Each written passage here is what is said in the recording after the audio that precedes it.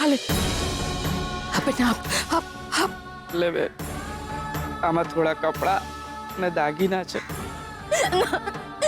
ભાગી જા તું અહીંથી જતી રે, તને મારા સોગંદ છે. ભગવાન તારી રક્ષા કરશે. જા બેટા જા.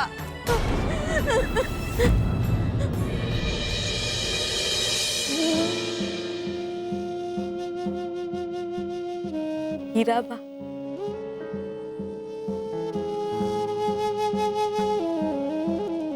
જ્યારથી હીરાબાનું ઘર છોડ્યું છે બસ ભાગતી રહી છું.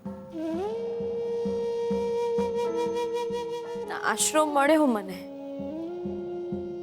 ખૂબ બધું વાલ પણ મળ્યું, એમની સેવા કરવાનો મોકો પણ મળ્યો.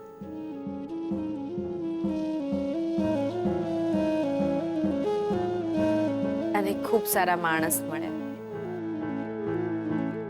એ કહે છે કે એ મારા ભાઈબંધ છે, બહુ જ સારા માણસ છે. અરે તમે આવી ગયા, લો 100 વર્ષ જીવશો. તમારું નામ લીધું અને તમે આવી ગયા.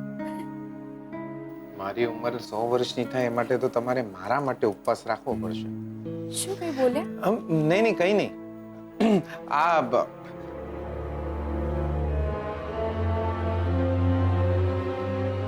વકીલ સાહેબે આ કાગળે મોકલાયા છે. છૂટાછેડાના છે.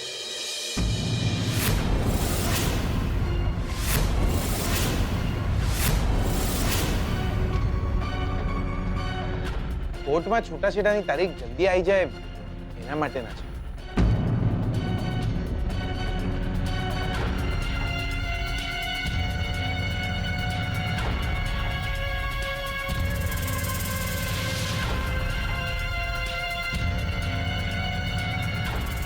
તમારે અહીંયા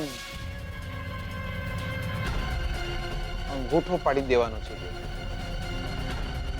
ભલે અહીંયા અહીંયા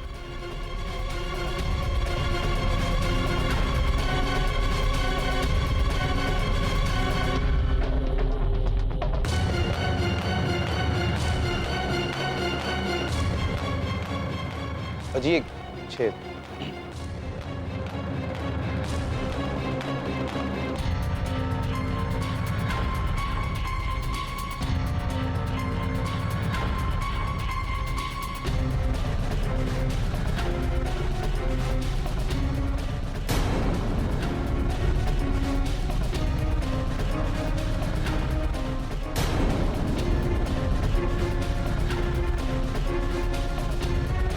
ઠીક છે.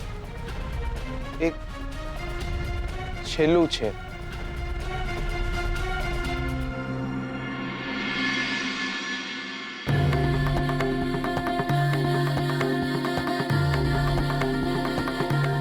છે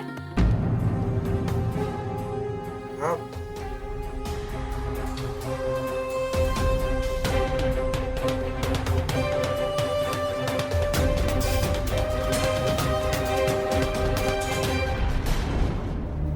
તમે એકવાર જોયું બી નહીં કે કયા કાગળિયા છે? જીવતરના તો કાગળિયા હોતા નથી, અને મારી પાસે એના સિવાય બીજું છે પણ શું કે તમે લખાવી લેશો. પણ એકવાર તમે મને પૂછી લીધું હોત તો બી. અરે હા, તમારા પેટમાં દુખતું હતું ને? કેવું છે હવે તમને? ગઈકાલથી તમે કંઈ ખાધું નથી, ભૂખ્યા છો. એક કામ કરું છું, તમે બેસો, હું તમારું ભાવતું જમવાનું બનાવીને લાવું છું. ના ના, મને હવે સારું છે. ભલે, હું હમણાં આવી.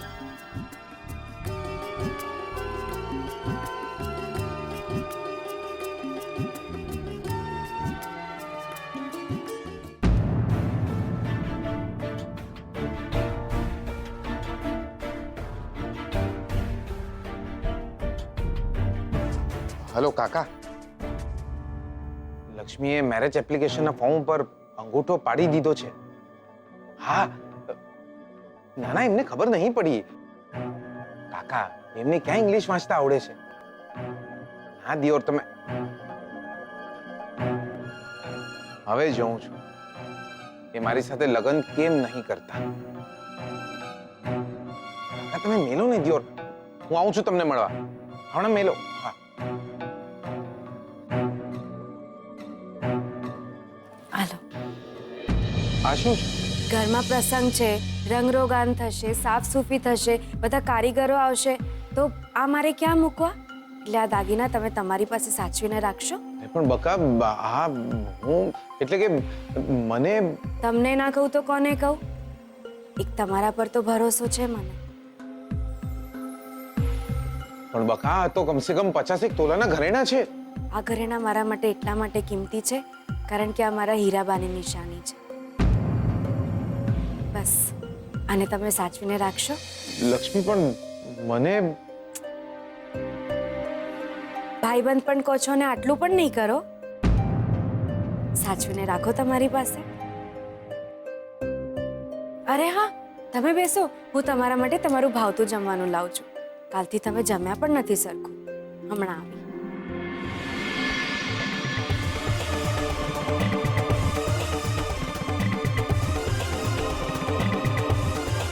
તમને ના કહું તો કોને કહું? એક તમારા પર તો ભરોસો છે મને.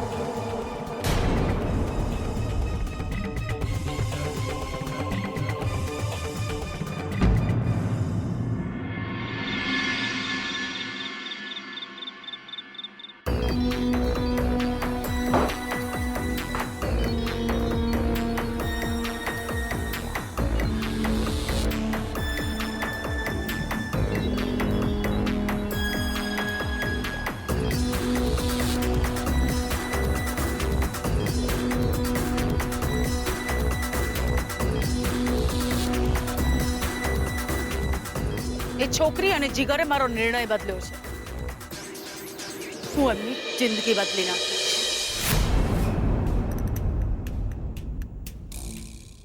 હું માત્ર એટલું જ ઈચ્છું છું કે મારી દીકરી પરણીને ઘરમાં આવે ને પછી એને કોઈ તકલીફ ન પડવી જોઈએ.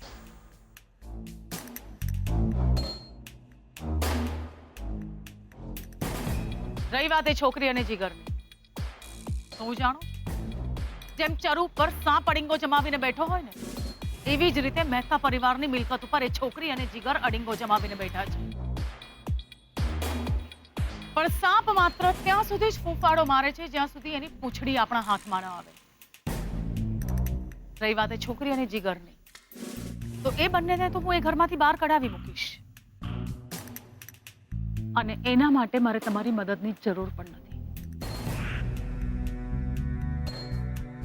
હું નથી જાણતી કે તમે શું વિચારો છો.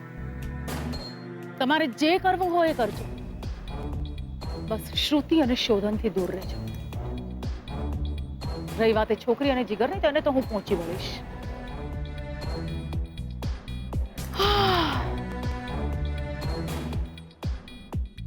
મારી પાસેથી લાખ રૂપિયા પણ લીધા અને મારું કામ પણ ન કર્યું, છતાં પણ એ છોકરીની કુંડળી મેં જાણી લીધી છે.